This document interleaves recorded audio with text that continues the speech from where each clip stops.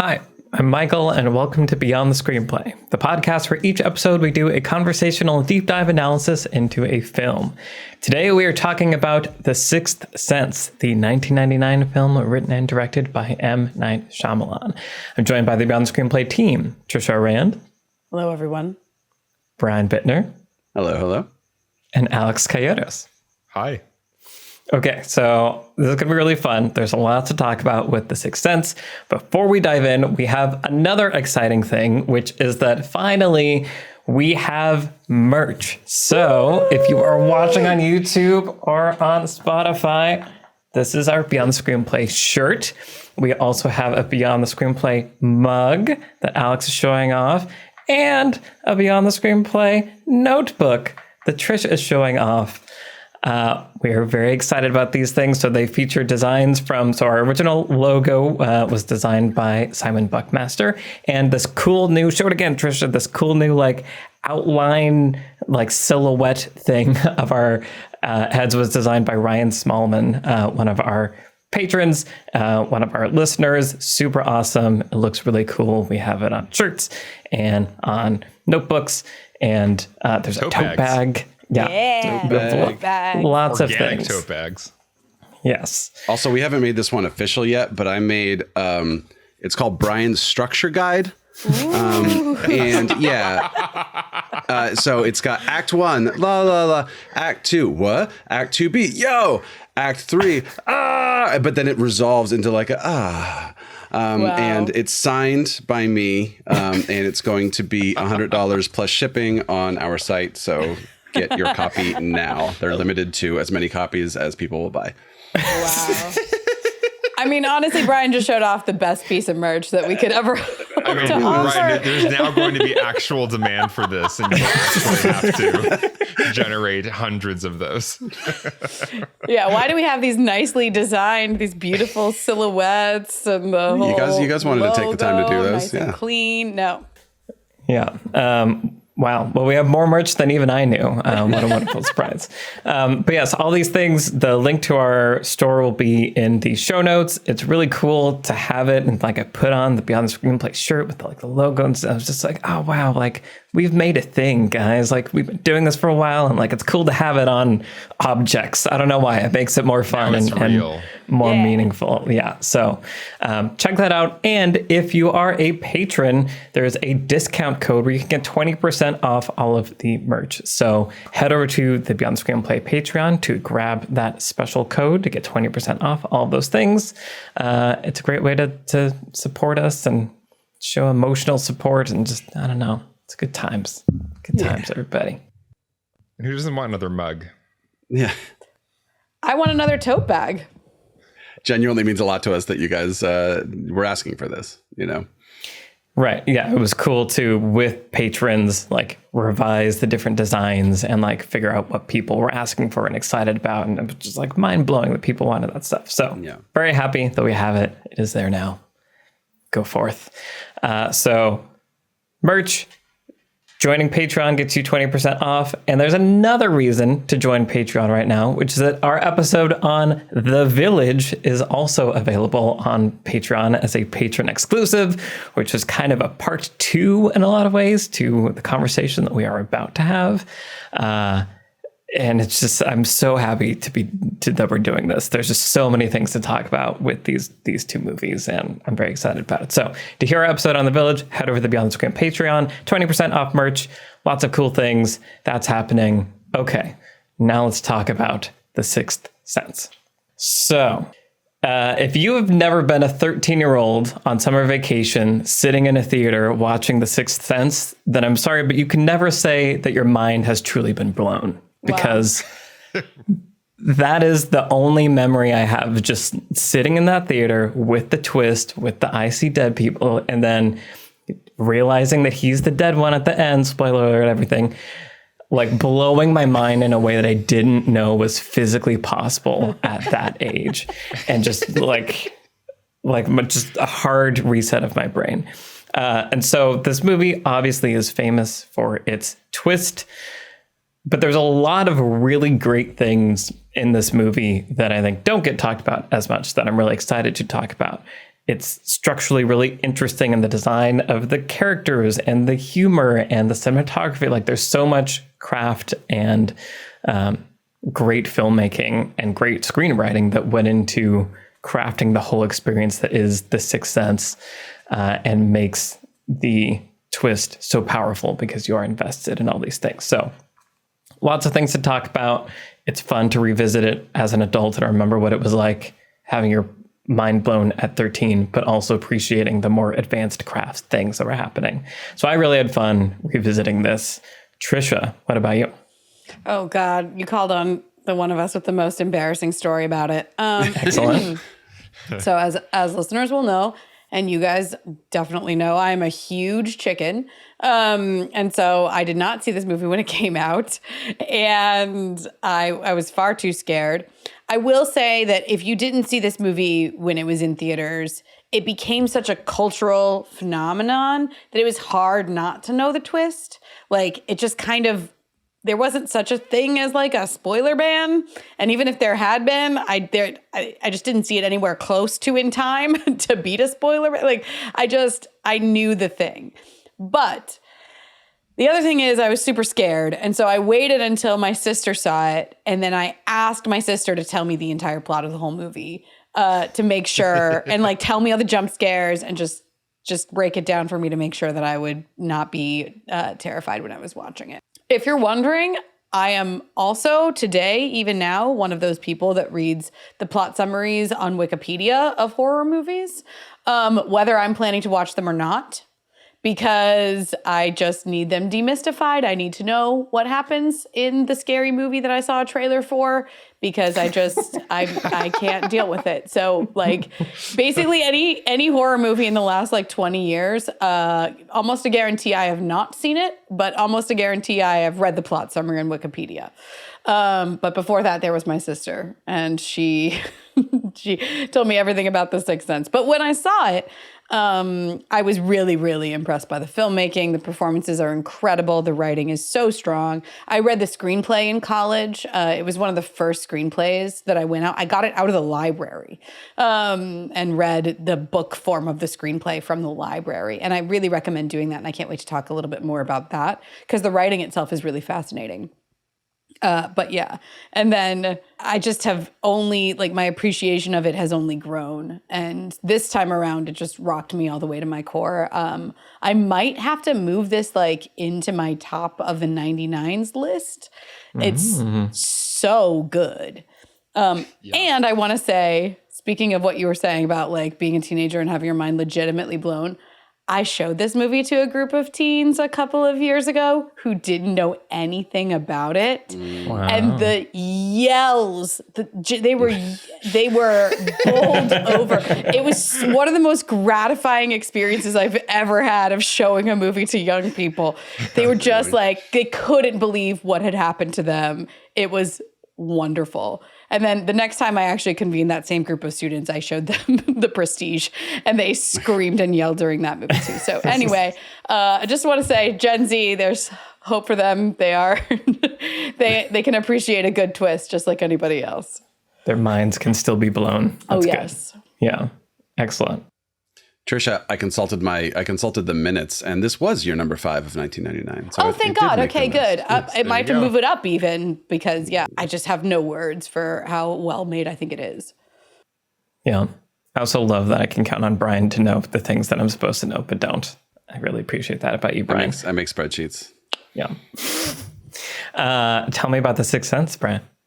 It was. I definitely saw it when it came out, and liked it at the time. I feel like if I didn't know the twists, plural, I had like just heard so much stuff, right? Like, oh, and there's a thing, and there's a. So I don't remember being like having my mind blown or whatever, but I remember liking it and continuing to like it, and have not seen it in quite a while. It's definitely a movie I revisited every few years, but I don't know when the last time I watched it was. And there's what I'm starting to call the Tim Burton effect that happens sometimes, where when you are less excited by a filmmaker or an artist, whatever, their oeuvre over time, their older things can start to feel a little less impressive. And I'm happy to report that I do not feel that way about The Sixth Sense at all. I just think it's like perfect. Like I just pretty much everything about it I just think is like as well done as it could be. And it's really, really nice to feel that way and to be able to revisit it so many years later and just be like, yep, good job. You made a really excellent movie. Yeah. Yeah. Okay. Awesome. Cool. And Alex, what about you? Yeah, this movie had a huge impact on me, but I can't pinpoint like the first time I saw it. I can't pinpoint the experience you described, Michael, of like the theater where your mind was blown.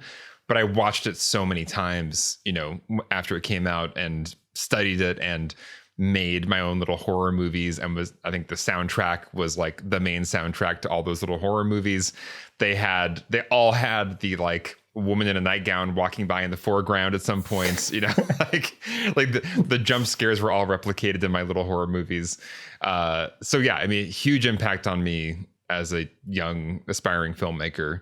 And I think, yeah, as you've all been saying, watching it as an adult, it blew me away in a whole new respect where it's just like, wow, this is just a great like psychological movie about a family and about like trying to help a child who is going through something. It feels like The Exorcist or these other horror movies that are really using the horror as almost either analogy or an in to explore these very adult, very rich, sometimes like devastating kind of family dramas.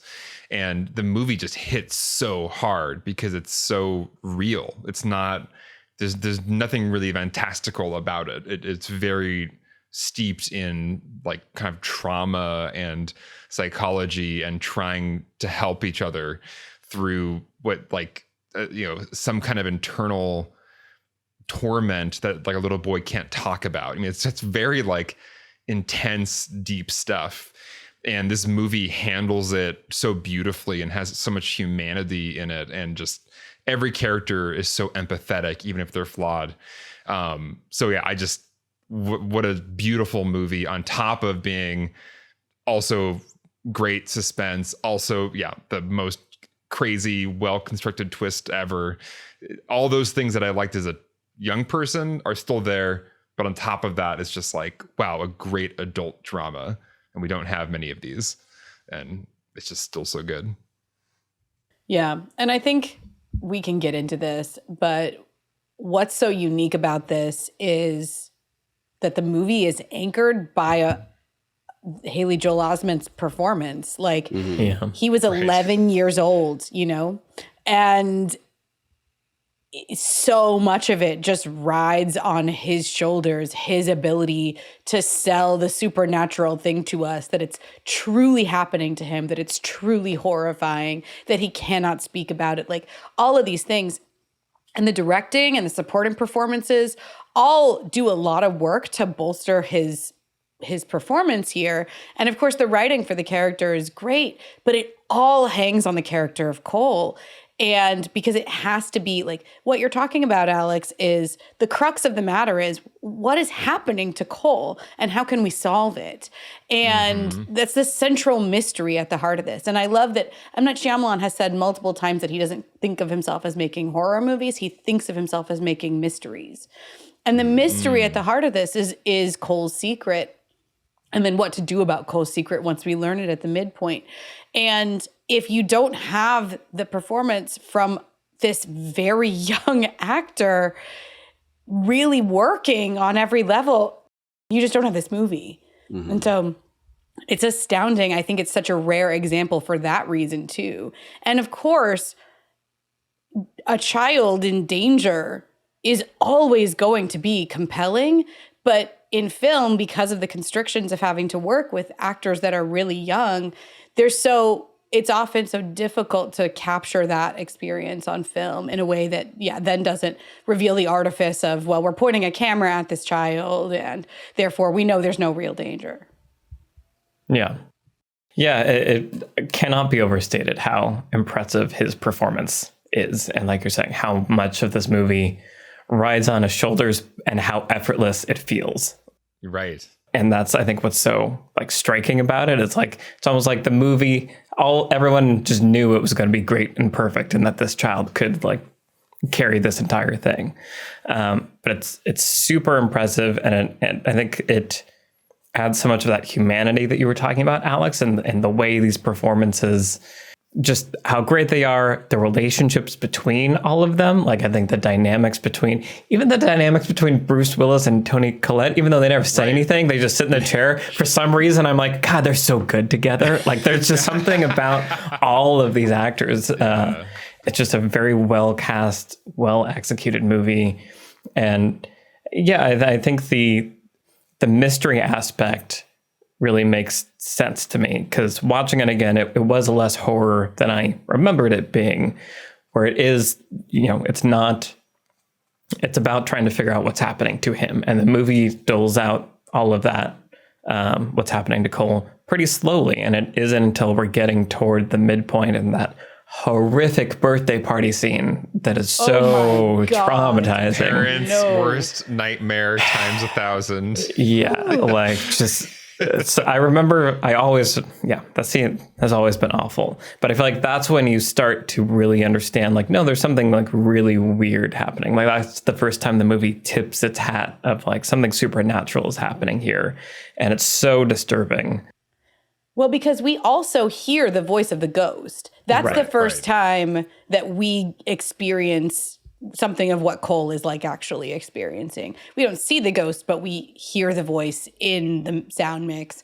And then again, going back to Haley Joel Osment's performance, the vocal performance that we get from him while he's locked in that closet is just unreal and hellish.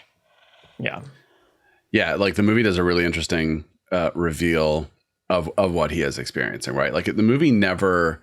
I don't think, I'd have to watch it again thinking about it this way, but I don't think the movie is ever really making you think maybe it's just all in his head, because I feel like the movie is just sort of the way the movie is presented is like, no, you're watching a kind of supernatural-y movie, but we don't really know what's going on until the movie continues and continues. So like you said, we hear the voice, we see some scars, and then eventually we see a ghost, and then eventually, like those things start to reveal themselves. But it's even earlier on where we hear Cole knows things he shouldn't be able to know, right? So before we've actually gotten anything supernatural, we're like, no, there's clearly something going on here. So it's just, that just makes that first half of the movie, you're not just sitting around waiting for like the twists. You're going like, oh no, this is cool how I'm like things are being revealed slowly to me. Yeah. Mm-hmm.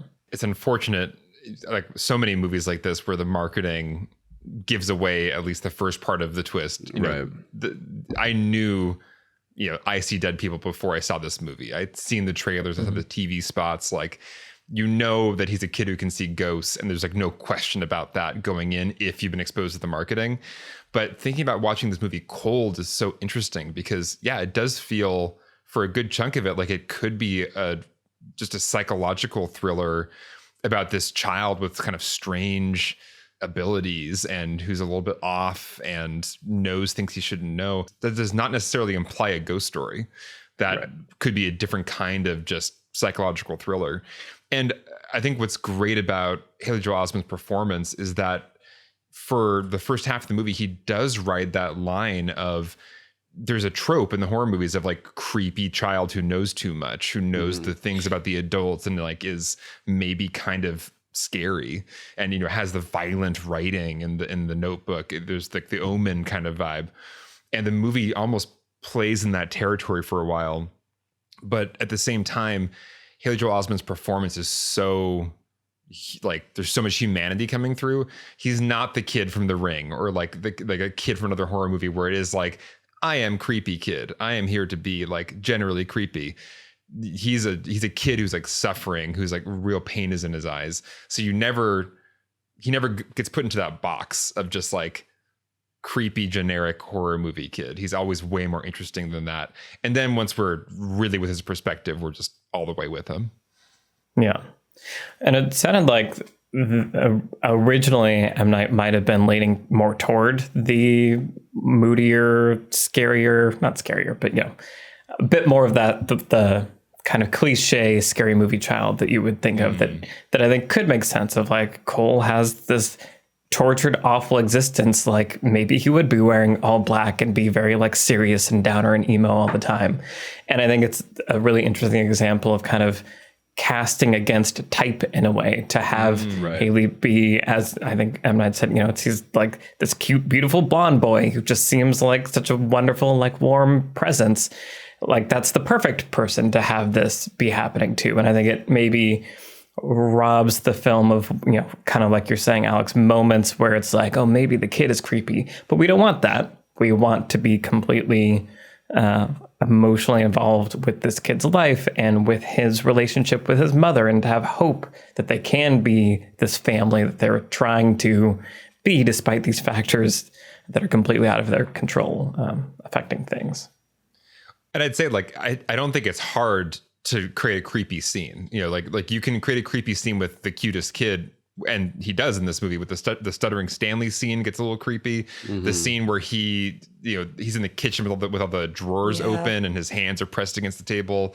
There's an unnerving quality, but the more difficult thing is to have a child in a performance that we like really, really care about and really feel for and really identify with. And like, that's more important than casting the creepiest looking kid.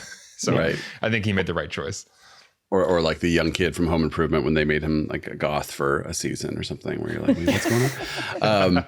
But yeah, and I think it's also like just the range of the character brings that humanity to him, right? Where it's like you see him just smiling when he's going in the golf cart, the shopping cart, or what did you do today? That scene or whatever. But then how terrified he can be, as you pointed out, Trisha, or how serious he can be, and then even just whether this is direction or the script or the actor or a combination of everything, like him being able to play multiple things at once. So the way he delivers, I didn't know you were funny. I think about that. You know what I mean? Like there's so many ways you could deliver that line that don't have this sort of the range to them, right? Where it's like what the words he's saying and the way, just so beautifully done.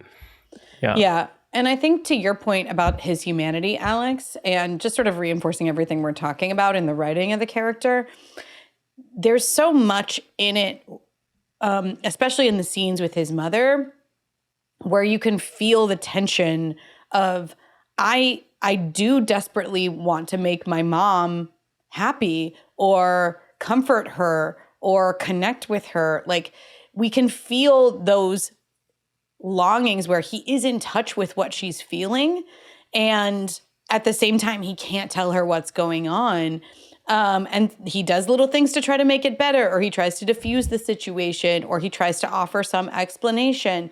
The scene, which is different from how it is in the script, and it's so much better in the movie because it's so chilling, but the scene you talked about earlier, Alex, where it's actually the first scene where we meet Lynn, Toni Collette's character, Cole's mom. She goes into the laundry room, right? And it's all one shot. And she like comes back out. He's sitting at the table. And then she goes back into the laundry room with his tie to get a fresh tie from the thing. And she comes back out and all the cupboards are open. He hasn't moved. It's so haunting and weird. But she goes, "Is there something you were looking for?" And there's a long pause. And he's like, "Pop-Tarts?" Yeah. And then, she gives them to him. And it's, first of all, I would just reread that scene in the script, and it isn't, like I said, it isn't written that way at all. This dramatic situation is different. But that little line where Cole is clearly trying to lie to diffuse the tension, and then it's right after that he says, "What are you thinking, Mama? Are you thinking something bad about me?" Again, these moments of humanity where he is showing empathy for his mother in the situation, knowing how confused she is, knowing that he can't explain to her what's going on. It's like so mature for a young child, but not in like the, I'm going to use a 4-syllable word, like cliche way that we see mature, quote unquote, children sometimes portrayed. It's just empathy of like, I can see that my parent is dealing with something. I'm going to try to help them out, while at the same time having to essentially lie. Yeah. But then also this lovely kid thing of being like, what are you thinking? Are you thinking something bad about me? Which I feel like adults were like too proud to ask that question, or we're too, it's like, we don't talk unless it's in subtext or something, and it's just like, it's like that kid ability to just be like, I'm going to say what's on my mind because I'm worried. Yeah. Yeah. Yeah. Yeah, I mean, the like you were saying, Brian, the range and just the ability for Haley Joel Osment to convey this kind of double life that he is living is pretty incredible, to like have that much understanding of, in reality, I'm seeing terrifying monsters running around this kitchen, opening up these things. But like in this other reality, I have to be good and like make my mom happy. And so many of the scenes have this subtext that we're talking about. And yeah, Lynn, Toni Collette's character, kind of is doing a similar thing where you see how freaked out she is. But again, as you're saying, Trisha, in that scene, she just says, "Were you looking for something?" Like, she's not like, "What are you doing? I'm super upset." It's like, we see that she is off put by what has happened, but we see her putting in this effort to make it okay. And like throughout the movie, there are these moments where that happens and she falters at times. She's human and three-dimensional, but you're seeing everyone do the best they can with the situation in a way that is very believable and very endearing, and gets us invested in what they're fighting for by behaving this way. So let's just talk about Toni Collette and this performance as well, and this character, because I think when I saw this movie when I was 12 or whatever, I hadn't seen a mom character like this, like a working, like in like a Hollywood movie, like a working class single parent who like desperately loves her child, is flawed, is struggling, is trying, and sometimes failing. Like, it's such a beautifully real person. It's not a movie mom that's just kind of like a one-dimensional idea of motherhood, or like they're the perfect mom or like a bad mom, or like she's all of the things. And I think the movie is so much stronger for that, because it makes the scenes with her and Cole so interesting. There's that scene where they're sitting across the table from each other eating roast beef, and the bumblebee pendant comes up and that's one of those great long take scenes where the camera just goes back and forth between them, and you see so much is going on with Toni Collette and her character. Like she both is trying to connect with her son in a way, like telling the truth, or like having an honest conversation about stealing would be a moment of connection and an opportunity to kind of like, let's be real with each other. He can't give that to her. It has to do with her mother, and there's something going on, like, sensitive with her mother. And like, there's so many layers to those scenes. And then like the kind of makeup scene later where he goes, "Can I sleep in your bed tonight if you're not very angry at me?" And you just see this full range of like a parent-child relationship. And it's just so real. And both of them make that possible, because she's allowing her character to be flawed and stressed and exhausted and at her wit's end as far as what is going on with my child. There's no super mom here. She's just a person who cannot handle it. Yes. And this time around, what you guys were kind of talking about earlier with the humanity, or just like the psychological drama that this movie really is, mostly, right? Like, most scenes are just a psychological drama with like sort of this mystery at the heart. And if it turned out the mystery was revealed to be some kind of horrific abuse that was happening to Cole, this would be like an Oscar-winning drama movie. You know what I mean? Like, but as it turns out that it's ghosts, which brings this movie to a whole other level. But the scenes themselves carry the weight of just like the dramatic tension of someone is harming my child and I don't know what to do about that. And I think that's what stuck with me this time, is that the writing itself is as nuanced and loaded with subtext and drama as any other like Oscar-winning movie. We don't get this from ordinary people, like right. Yeah, exactly. Anything like that, where it's just like a marital problem, which this movie has, and those scenes are also written with a lot of subtext and tension and all of that stuff. And that's the fact that this turns into like a supernatural ghost story gives it like all of this more dimensionality to it. But you don't need that for these scenes to still be incredibly well written, well acted, dramatic scenes. And I think that's the thing. Like, there's sharpness to the observation, and we sometimes talk about that when it comes to dramas or other genre films that stand out, where it feels like someone in this situation or with intimate knowledge of how this conversation might go in real life must surely have written this. Surely this is like pulled from a child psychologist's notes or from a parent. M. Night Shyamalan was 29 years old when he made this movie. He was 25 when he wrote it, but he was a parent. And like you can kind of see the truth pouring through of just the parent-child relationships and just all the familial like relationships here. Yeah, absolutely. I think it's something I say any movie with a twist, which, you know, the 90s especially was the, like, every movie had to have a twist, like, decade, right? But it's my question is always, does the movie work without it?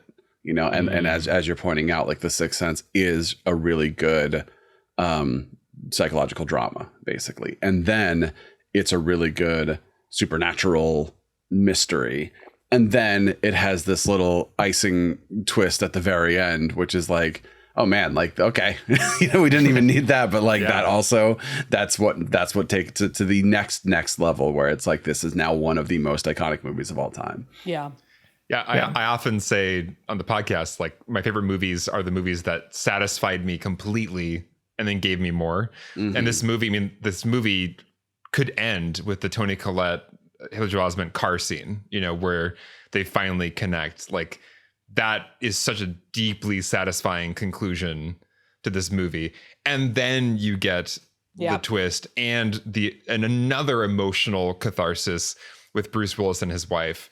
Like, it's like you get double the catharsis, but it doesn't feel tacked on. It's all of a piece. It was all set up. It was always there. It was all earned. It's not just like more at the end for fun. And the fact that both of those scenes are character, as you just said, like character conclusions of an arc. It's not, ooh, look at this crazy thing that happened over here. It's no, Bruce Willis Malcolm is finding out he's dead. He is also communicating to his wife. He is also letting go and hopefully giving her what she needs to let go. So it's like, that's why we actually care about that scene. It's not just like, oh, snap, he's dead. Yeah. Right? Like, there's that, but you do the character thing, you do the movie thing, you do the stuff we care about. I feel like the bad horror movie thing would be like, it turns out that Haley Joel Osment just like cursed Bruce Willis, and now at the end he sees ghosts or whatever. Like, that would be like the generic horror movie, like, and he turns and looks at the camera and his eyes are red or something. We got to talk about twists, and the twist conversation is continued in The Village because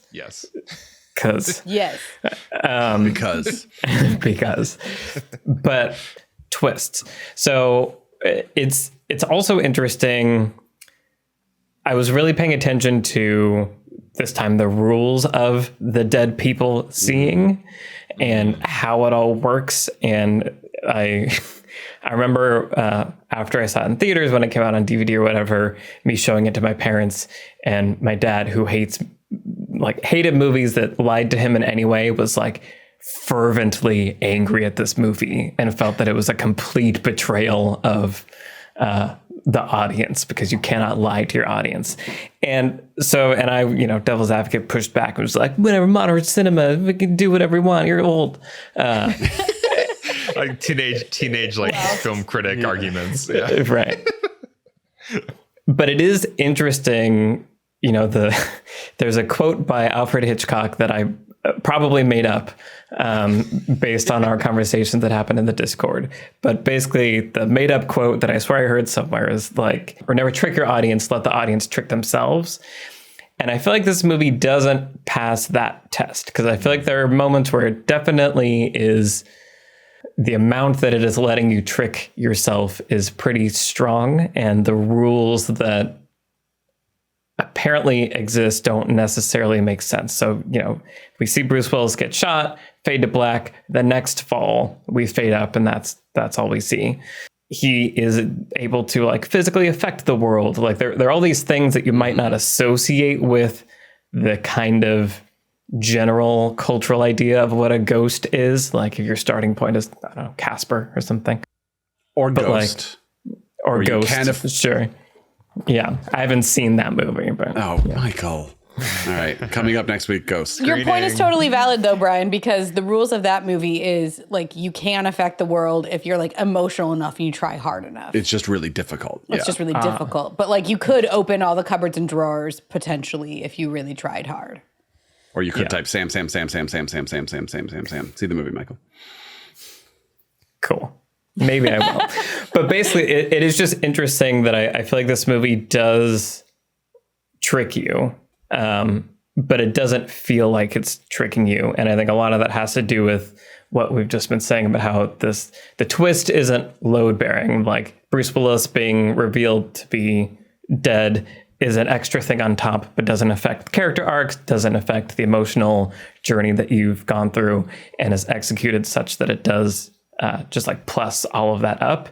But it is interesting to watch it again and just be like, wait, so what are the rules of this? Like you can, like if you turn your video or your audio cassette player up really loud, you can hear ghosts whispering. Like that's, so just the rules of the world I think are interesting and maybe not as solid and bulletproof as I might like in a perfect world.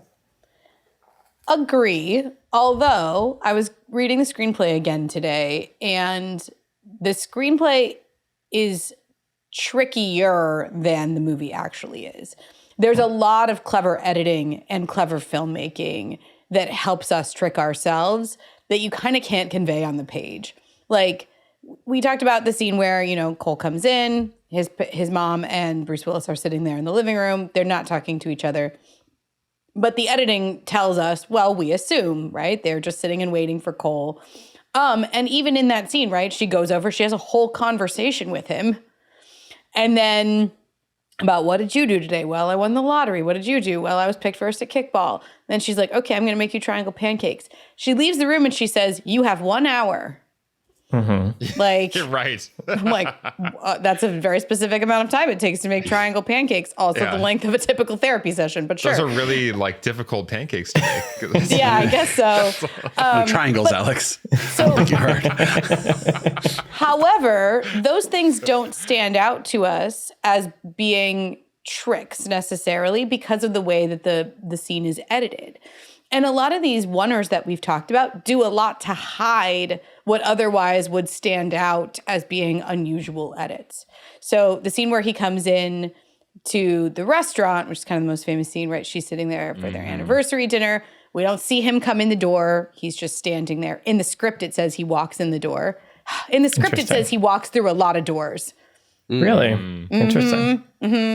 Yeah, it's pretty... Guys, this is a better movie than it is a script. I want to say that it's a really, really, really good script, but it's a better movie than it is a script. They clearly found a lot of stuff as they were going along. All the Red, for example, not in the script. He comes in, or we see him enter the frame, not see him enter the room, make his way to the table. The chair's already pulled out. He sits in it very carefully, not moving it even a tiny bit. That is Bruce Willis, the actor, going... all right.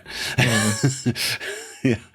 I was watching that scene carefully, and I was impressed that he did not move the chair at all. I've never consciously picked that up, but now that you guys say that, I'm like, oh yeah, that was a weird The sitting. chair's already like out a little bit. All the chairs that he sits in are already pulled out. The one in the like library where he's visiting Cole and whatever, he actually touches the back of that chair and then sits in it, but doesn't move it in any way. Anyway, but there's a oneer. It's a long oneer where the camera's, you know, he sits in the chair at the table at the restaurant. The camera pushes in slowly as he's explaining why he's late. And because we don't cut to Anna's face for a while, it would stand out to us if she like didn't look at him. But the camera move being focused, the camera being over her shoulder and just staying on him as he's explaining what's going on, it does the work of, okay, well, it doesn't really matter what her reaction is. We're reading his reaction to figure out what's going on with her. And so the fact that he continues to be like disappointed that she's not talking to him, we assume that she does glance at him but refuses to say something. We assume that like she in some way has acknowledged that he has sat down. We don't see that for ourselves, but his performance is kind of enabling us to trick ourselves. So there's filmmaking going on, and there are countless examples of this kind of editing, editing and direction that does this work for us. That I think is like legit. Like I don't think it's a trick. I think it's very wisely done. But it holds up on rewatch.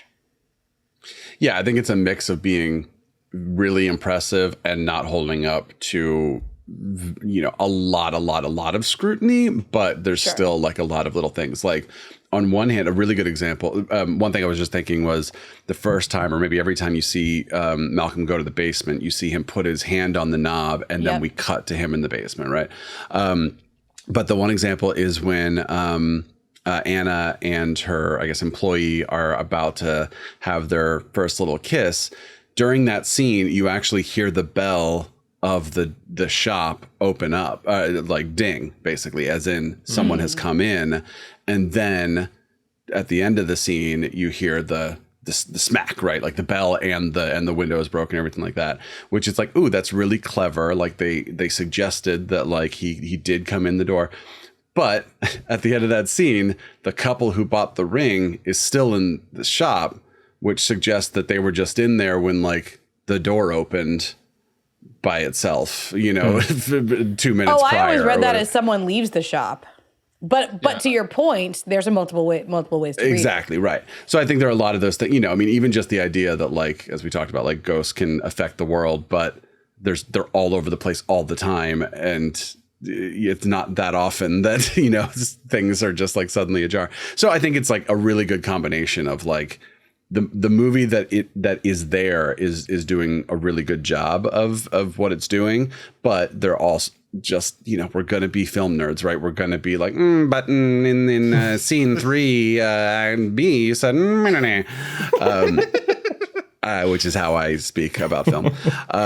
But real quick, I want to talk about just like not the specific twisty things, but also just the trick yourself, or just the 2 and 2 thing, where I think the exact thing you're talking about, Michael, is like, give me 2 and 2, 2 plus 2, let me figure out 4. But while I'm figuring out 4, I don't realize you're doing this other thing in the background, right? So I think that both Malcolm's marriage and Cole's mental situation, for lack of a better word, you know, whatever that is trying to be sort of figured out by Malcolm, they are both, they're on the nose enough, but there is this idea of like, we are just seeing these little vignettes of Malcolm and Anna, and we're putting the rest of it together in our head. Like, oh, they haven't been speaking for quite a while, and they have this thing, and they don't, and he was late, and da-da-da. And then we see Cole's like scars on his arm and these kinds of things. We're going like, oh, okay, divorce, right? Just like Vincent. And we haven't talked about Donnie Wahlberg, who's amazing in this movie. Yeah, we do and so it's like, we're doing a little bit of 2 plus 2. So it's kind of like, while we are busy, you know, kind of looking at the magician's assistant, then we're not realizing that there is this other thing, because we think we figured out a little bit more than the movie is telling us. And so we don't realize that the movie is going, oh yeah, I want you to be figuring that out over here while I do this other work over here.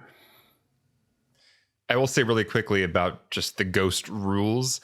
I do appreciate, even though, because it's about ghosts and ghosts can't really have great rules, I appreciate horror movies or genre movies that take our like mythology around something like aliens or ghosts and kind of find explanations for them, or kind of just show, like, create a rule book that shows how it could be. So, you know, talking about the goosebumps you get, or the hairs on the back of your neck, and the idea of you've got that weird door in your house that rattles for no reason, or you've got that thing that you lost and you're sure you put it down in that drawer. How could it not be in that drawer?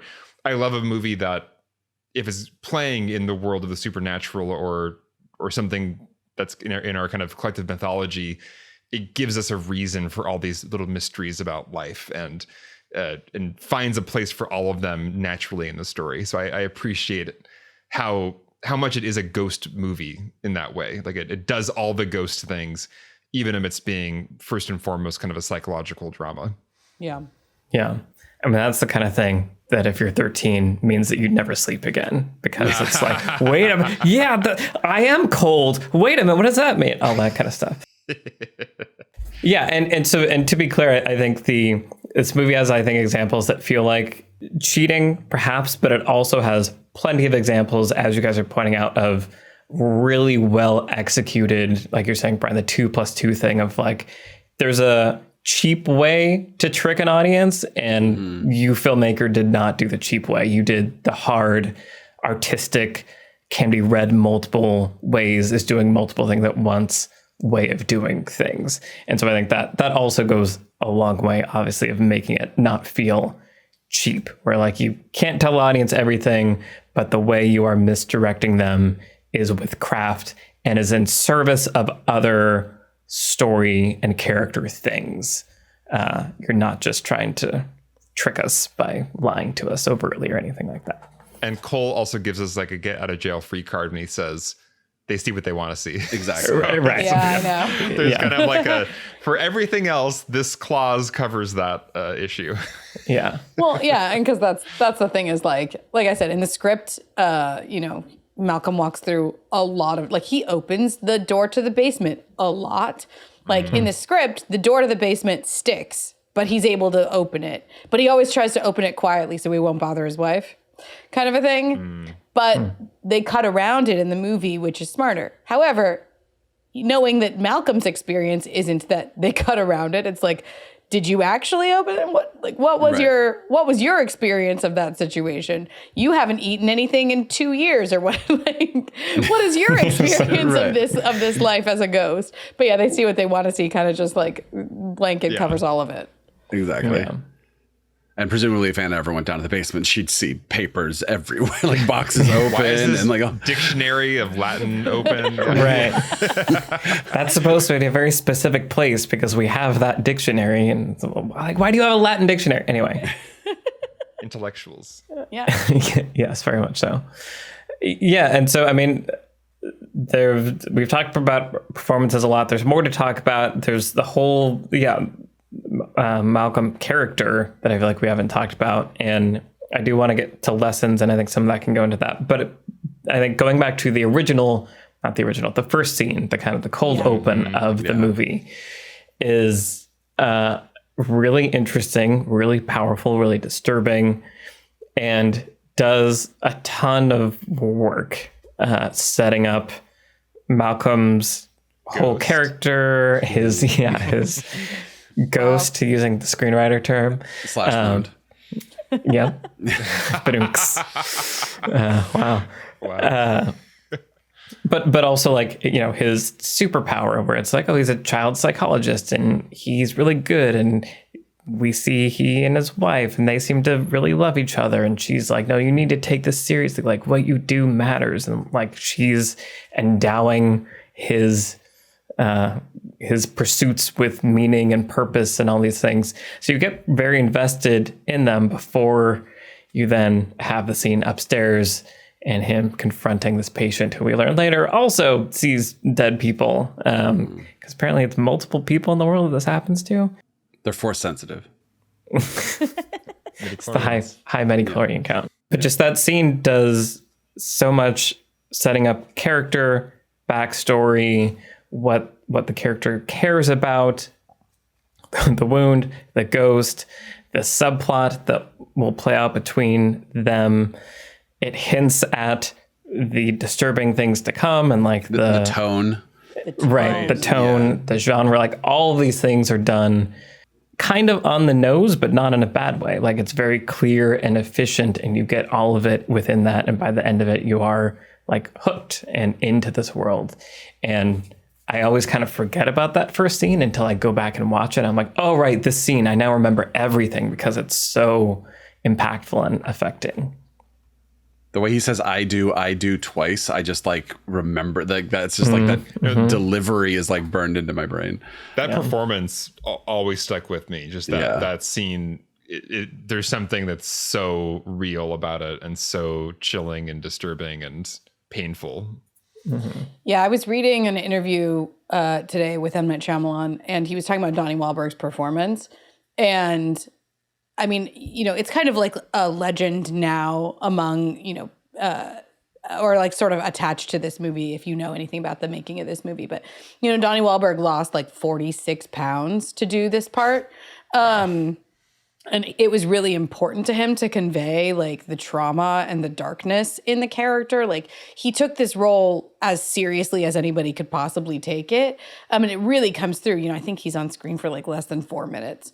But it comes through incredibly. And M. Night Shyamalan has said like, we thought we were making like a fun little ghost movie. Like now they did shoot a lot of the scenes chronologically. So, and part of that was for Haley Joel Osment's benefit, where it was like he would be able to remember what had happened to him in the previous scene and go on the journey with Cole, because that does make it easier for actors, especially young ones. But I don't know when in the shooting process, but I do believe it was pretty early that they shot this scene with the Vincent Gray character. And he said, M. Night Shyamalan said it changed the tone on set as well. Like Donnie Wahlberg arriving with this level of like trauma and gravitas, and like, it was his idea to do this scene like mostly naked. And so you could see like the scars on his body, and you could see the trauma that had, how it had affected him physically. And it really does, to your point, Brian, tone is huge here.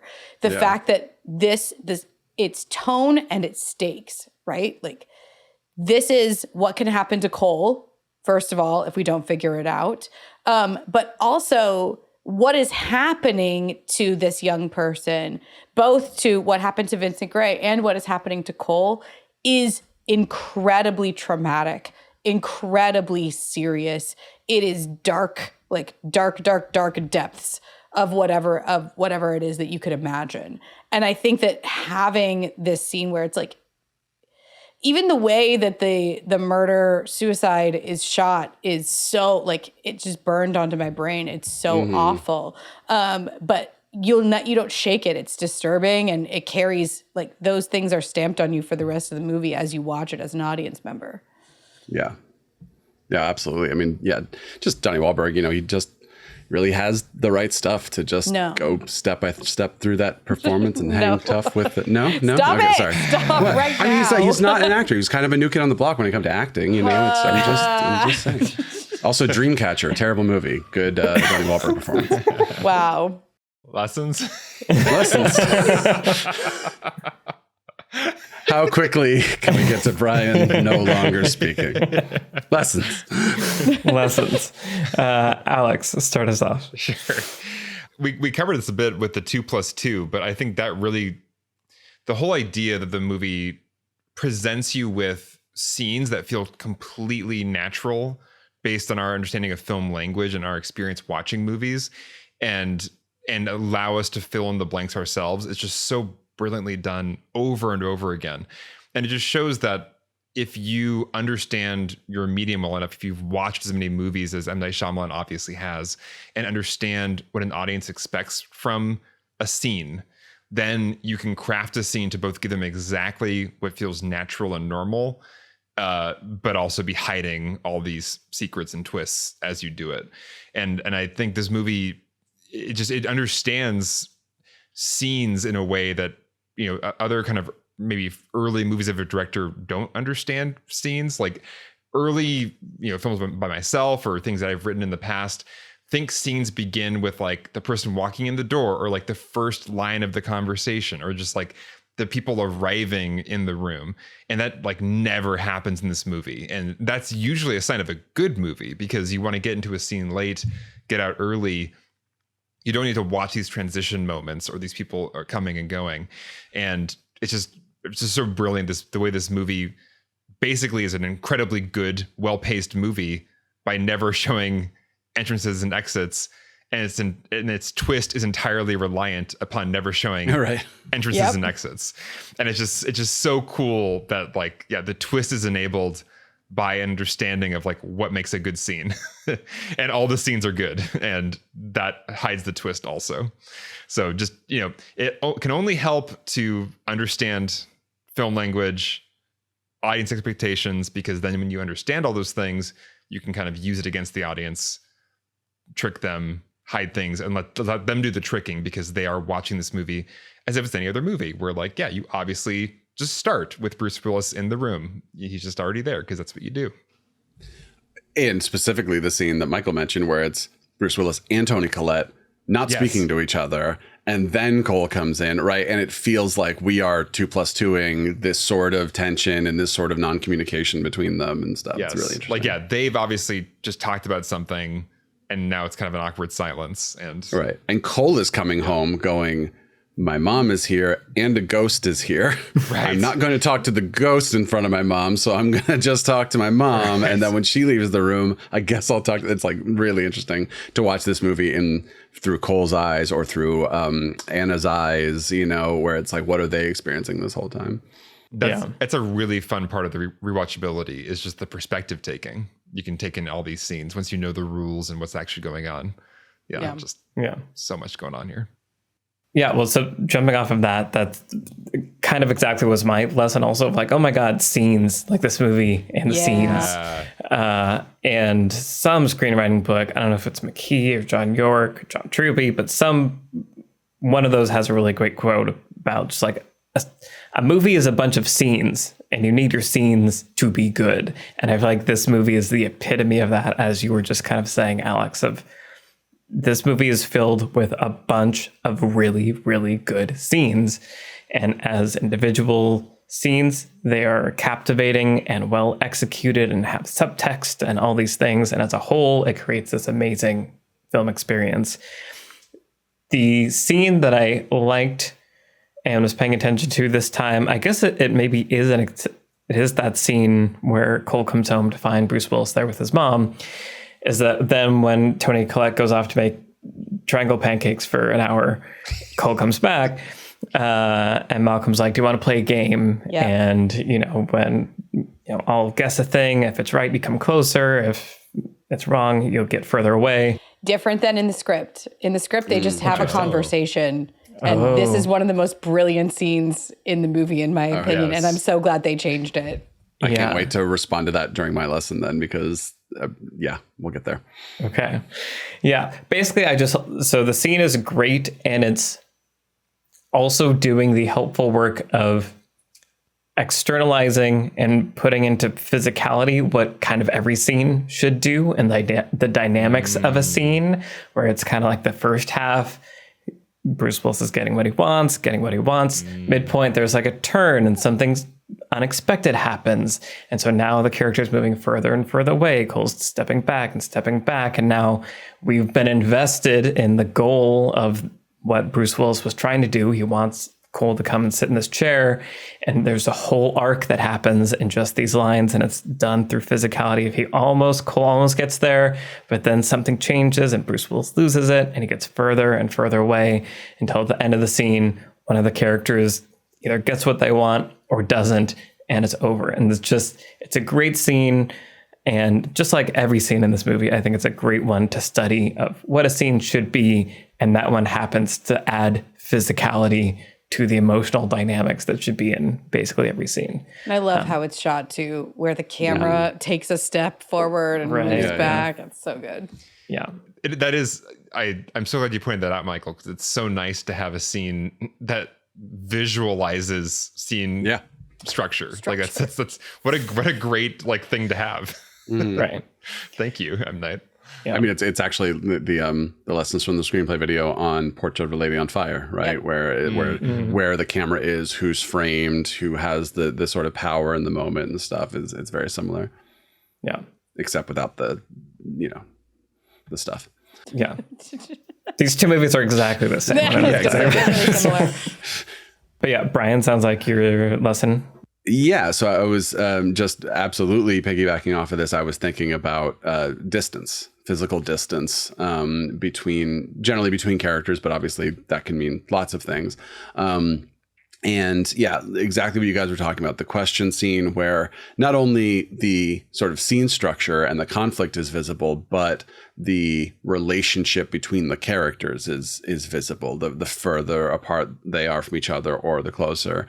And there are lots of like POV moments in this movie where the camera is, when Malcolm first sees Cole come out of his door, and then he looks away and he looks back, and now the camera goes back to the door, but then Cole has gone. So then the camera has to follow him. The question game, obviously, even when we're on like Lynn doing chores, the camera's handheld, right? So it's like now we're kind of seeing what her life is like. And then when the employee comes over, what's his name? The potential love interest for Anna comes over. The camera is just on Malcolm the entire time as he is like overhearing the conversation, right? And then so it's like there are these moments of distance in the movie. And then there are these moments of closeness in the movie. So the I see dead people scene, or, the scene at the end with Cole and his mom in the car, like the characters are right next to each other, right? They're in the most intimate space they can be in, basically. And then another one that really kind of made me think about this was the second scene in the church where Cole is up on the like second tier of the church and Malcolm is down below. So and it's interesting, Trisha, to hear that things like the question game were like not in the script, because I feel like those things feel so like just right from the in the core of this movie, like, oh, this character's over here and this character is over here.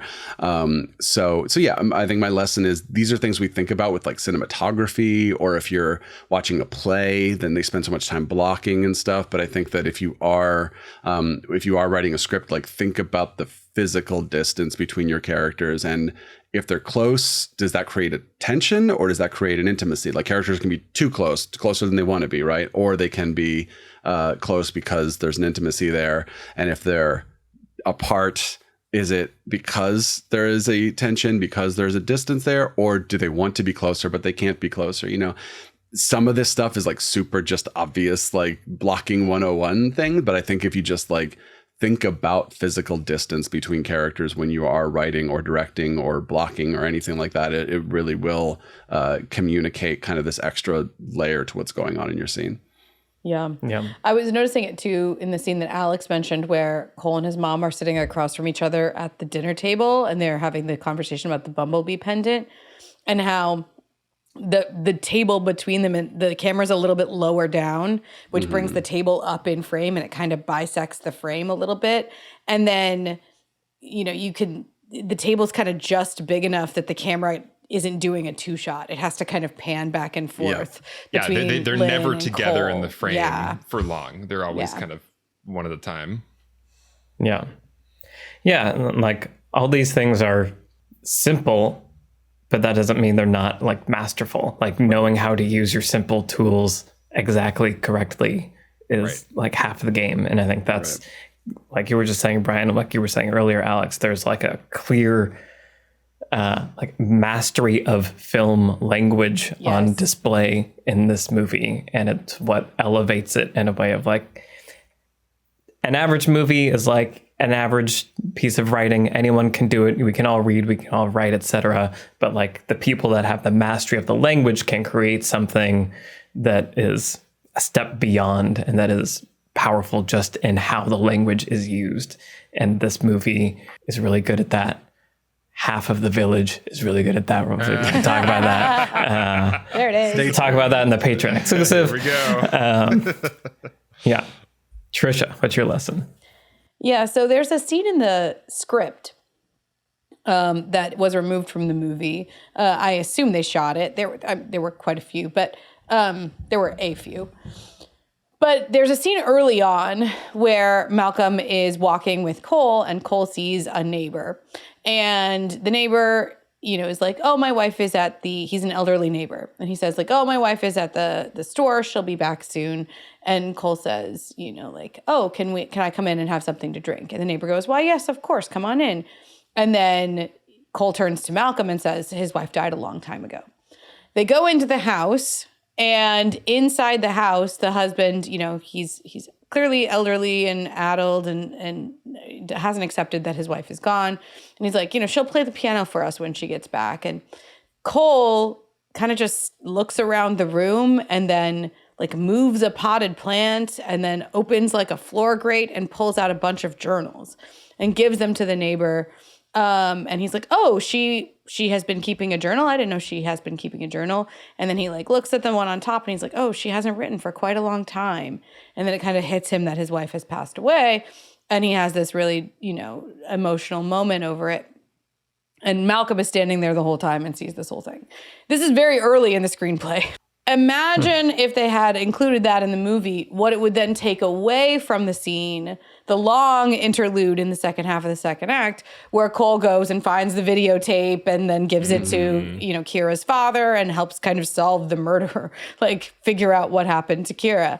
A scene like that is tipping your hand so completely, like, and how would Malcolm not believe him when he says sees dead people right at that point, right? The movie leaves enough room for doubt and plausibility by removing that scene.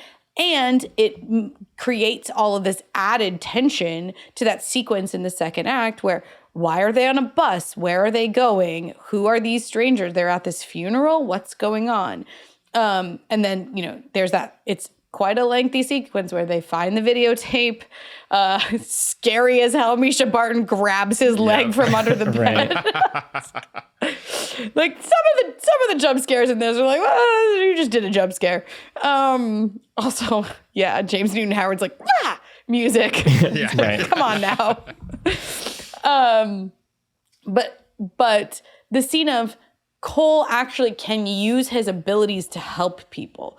It's not just doing trauma and harm to him. It actually is kind of, in a way, something that makes him special. It's kind of a superpower, right? And this is what comes, the twist or the solution that they kind of arrive at to help Cole not be afraid anymore. If Cole already knew that his situation had the power to help people and he was already like actively doing it in his life, then what is Malcolm there for in the second half of the movie? So I think that sequence, the sequence that I'm describing where they go and find the videotape and give it to Kira's father and that whole thing, that's in the script, but it's absolutely essential, I think, that they removed the scene earlier, because again, it's what is then the dramatic question of the second half of the movie.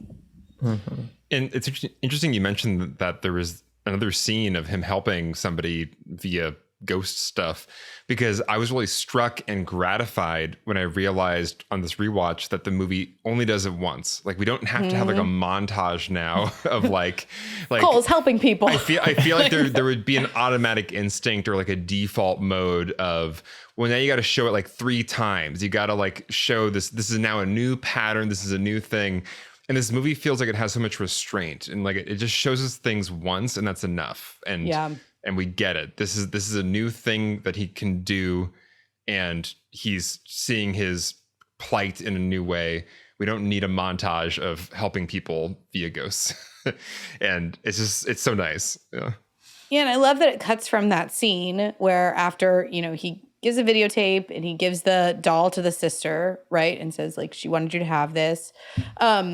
It cuts from there to the school play, right? Mm-hmm. He's talking to the teacher, presumably, who died in the fire in that wing, and he's not afraid. So there's an interaction with a ghost where we see he's no longer afraid of a ghost. And it's just a quick one, but like it's in there. He's not scared.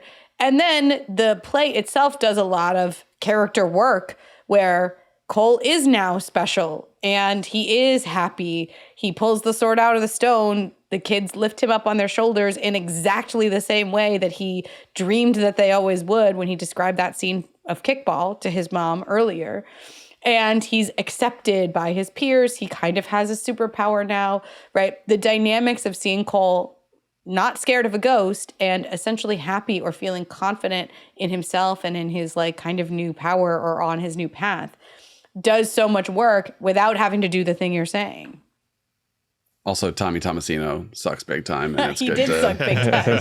It's good to have that kind of closure to his character. Yeah, totally. Well, then, yeah, I think because the movie is so simple and sparse, you don't need those things, and in some ways, it's kind of crazy that it's like, yeah, extended Misha Barton sequence, And then it's like, well, I guess everything was fine then, like moving forward. But it does feel like enough time is spent on that we understand the weight of that one impact. We can extrapolate from that moment that you were talking about, Trisha, where you see him with the teacher. And then it lets him kind of use it like on his mom, right? That's the climactic scene of he's using his power to like help his mom and like get closer to her and bring closure for her. And so it does all kind of come back in a way that, a montage would have watered down. And as you're pointing out, Trisha, putting that at the beginning would have totally undercut a lot of it, which also plugs into like the kind of ever lesson that I think should be said a lot, which is like, if you're making a movie, just cut out half your scenes and see what happens. Like just do weird stuff just to see, because like it'll probably make something better or make you realize how to make something better. Real quick, it's also a cool thing that like the scene, so a lot of the scenes that are the coolest in this movie, I forgot, for as well as I know this movie, I forgot kind of where the scenes were placed. So I was surprised when there was only 30 minutes left and we hadn't gotten to Kira and we hadn't gotten to the car scene and all this stuff. But then I was like, ooh, that's exciting, right? Like I'm glad that I was so invested in, just as we talked about earlier, this kind of character drama and this little bit of a supernatural thing. And then we still have all this cool stuff, like the stuff I think of as like the big scenes from The Sixth Sense that haven't even happened yet. So I like that placement of things where there's just a lot of cool things happening in the third act. Yeah. Yeah. It's very well paced. Mm-hmm. Yeah. It is weird though, because I feel like I have that same experience. I feel like I know all the scenes, but I don't know what order they go in when I think about this movie. It's an interesting phenomenon. Lots of cool things, lots of lessons to extract from The Sixth Sense. We talked a little bit about twists. We're going to talk more about them in The Village. So head over to the Patreon to listen to our Village episode. The Village. I have so many thoughts. I love The Village. I hate The Village. We talk about it. And before we get into what we're watching, also for our next episode, we're going to be talking about the Royal Tenenbaums. So switching from one famous auteur director to another. Equally, people have feelings about. So that'll be fun to revisit another early work from one of our auteur directors that we have. And quick reminder again that we have Beyond Screenplay merch. Yay! Link in merch, the bio. And Brian's style guide. Brian's style guide. We should do like an auction for that and then donate the proceeds to charity or something. What else have you guys been watching recently? Trisha, what have you been watching recently? Sure. I caught a new movie that you two can watch on your Amazon Prime that just came out. And it's a little movie called Catherine Called Birdie. It is adapted from a YA book that I really love, which was written by Karen Cushman, written and directed in this case by Lena Dunham, starring Bella Ramsey, Billie Piper, Andrew Scott, Leslie Sharp, Joe Alwyn, like lots of really, really great people. And yeah, I really enjoyed this movie. I want to say up front, if you like Lena Dunham, I think that might enhance your liking of this movie. If you don't like Lena Dunham, it will not matter. You would not ever know that this was directed by her or written by her, probably, just because she's not in it. And it's, it's a fairly like family friendly, it's a PG-13 sort of coming of age movie. But it's so funny. So it's set in medieval times. And Bella Ramsey plays a woman, Catherine Called Birdie. The character is 14 years old, and her father, Andrew Scott, decides that he basically has to like auction her off to a suitor to pay his debts. But she's 14 and she's very mischievous and she is very difficult. And so it's basically just about her trying to foil all of her father's plans and not marry anybody. But it has surprising depth. Like, it's really funny, but it also is about the difficulty of being a woman, and especially being a young woman in that time, and how few options they had, and like just sort of finding yourself. It's, like I said, a really lovely coming of age story that I don't know. It was delightful. So I really, really enjoyed it. Catherine called Birdie. Nice. I'm looking at the cast, and every other actor was in Game of Thrones. So it's got that going for it. Typecast. Yeah. And I will say too, it's one of these modern, like it's set in medieval times, but it's not the last duel. Like it's very, it's very like, it's got a modern soundtrack. Like it's very, the editing is very like modern and smooth. And the jokes are really like quick and funny and by modern standards. And like, it's great. Nice. All right. Very cool. Brian, what about you? Well, as it is spooky season, I wanted to recommend a documentary that I watched recently, which is called Woodlands Dark and Days Bewitched, A History of Folk Horror, which is a history of folk horror. It's directed by, her name is Kirla Janice, I believe. And it gets super deep into the origins of folk horror, both in its storytelling origins, like just the origins, but also in its history in cinema. There are like 250 movies that there are clips from or they're referenced in this movie, and I had heard of 20 of them or something. Like they're just really deep into like this, Poe adaptation or whatever. But then it does go as recent and as sort of blockbustery as The Witch or Midsummer, and because it's a very recent documentary. And it is 3 hours and 14 minutes long, which is surprising. But I personally found it just super watchable, and I was just more than happy for it to keep going. I just found every little thing to be, it's like there's a chronological history, but there's also like, we're going to talk about witches now and like how they are represented and like what they meant at different times in history to the people who are writing about them or reading about them and everything. It was just really, really fascinating. And I'm going to say the title again because it's the best title of any documentary: Woodlands Dark and Days Bewitched. Sounds very comprehensive. Yeah. And that is a very cool title. Awesome. Cool. Okay. So while in Norway during the day, there was lots of driving and looking at pretty things. But in the evening, there was a lot of watching TV shows. And the main one that was being watched was The Bear. So The Bear it's like a comedy drama on FX. It's about this chef from the world of fine dining that comes back to his hometown of Chicago to help run his family's like beef sandwich shop after the suicide of his older brother. And it's about food and life in the kitchen. And you guys know that I'm not what one would call a foodie. In the world of making food or spending lots of energy on food is foreign and not intrinsically interesting to me. So there are a lot of barriers up for me in this comedy drama about people making food all day.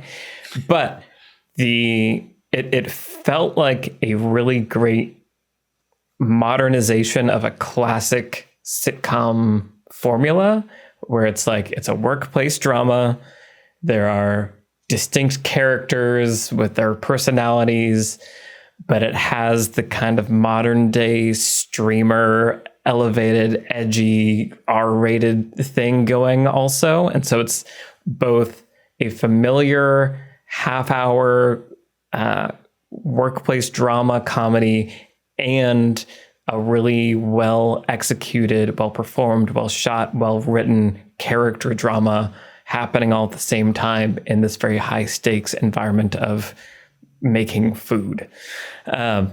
So really entertaining. I tried to push back against it just to be stubborn because I'm me, but got sucked in anyway. And just some really great performances from some up and coming people, some people that have been around but haven't had like the time to really shine, and just everyone gets a chance to really shine in this show. So The Bear on Hulu. Thumbs up. Alex, what have you been watching on our sponsor, Mubi? Hey. Well, I was very pleased to see Mubi is doing kind of a Halloween October special with a lot of fun kind of offbeat thrillers and horror movies. And one of my favorites is a Spanish film called Los Cronocrímenes, or Time Crimes, which is a little Spanish time travel movie that is one of my favorites of the genre. It came out in 2007. And it's funny because I definitely seen this movie before Michael wrote the short film Stealing Time, which I then directed and Michael helped, shot. We made it together basically. And then I showed Michael Time Crimes afterwards, and it was like, oh crap, this is like the same model of time travel. It's definitely like our favorite model of time travel, where I won't give away anything, but it's a very nice package. It's a very nice 90-minute little mystery box package that feels very satisfying at the end.